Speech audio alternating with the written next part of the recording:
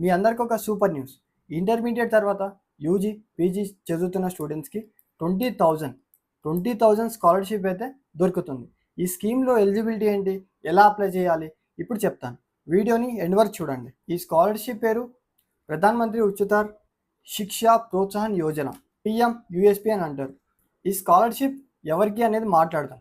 ఇది యూజీ అంటే under graduate వాళ్ళకు, పీజీ పోస్ట్ గ్రాడ్యుయేట్ వాళ్ళకు, ఇంజనీరింగ్ స్టూడెంట్స్‌కి అండ్ మెడికల్ స్టూడెంట్స్‌కి. ఇంకా స్కాలర్‌షిప్ ఎంత వస్తుందని చాలామందికి డౌట్ ఉంటుంది.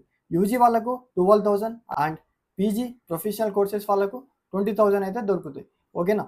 ఇంకా తర్వాత నెక్స్ట్ మనం ఎలిజిబిలిటీ గురించి మాట్లాడుకుంటే ఏజ్ మస్ట్ బి 18-25 ఇయర్స్. ఓకేనా? ఇంటర్మీడియట్ అంటే 10+2లో మినిమం 80% మార్క్స్ అయితే ఉండాలి.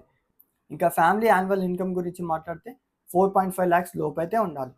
ఇది ఓన్లీ ఇండియాలో చదువుతున్న స్టూడెంట్స్కి మాత్రమే. ఇంకా దీనికి ఏమేమి కావాలి? Aadhaar card, bank account, caste and income certificate అయితే ఉండాలి. ఇంకా మీకు ఇంపార్టెంట్ ఇన్ఫర్మేషన్ ఏంటంటే ఇన్కమ్ అండ్ క్యాస్ట్ సర్టిఫికేట్ రెండు రీసెంట్గా అప్డేట్ చేయండి. లేని వాళ్ళు మండల ఆఫీస్కి వెళ్ళి తీసుకోండి.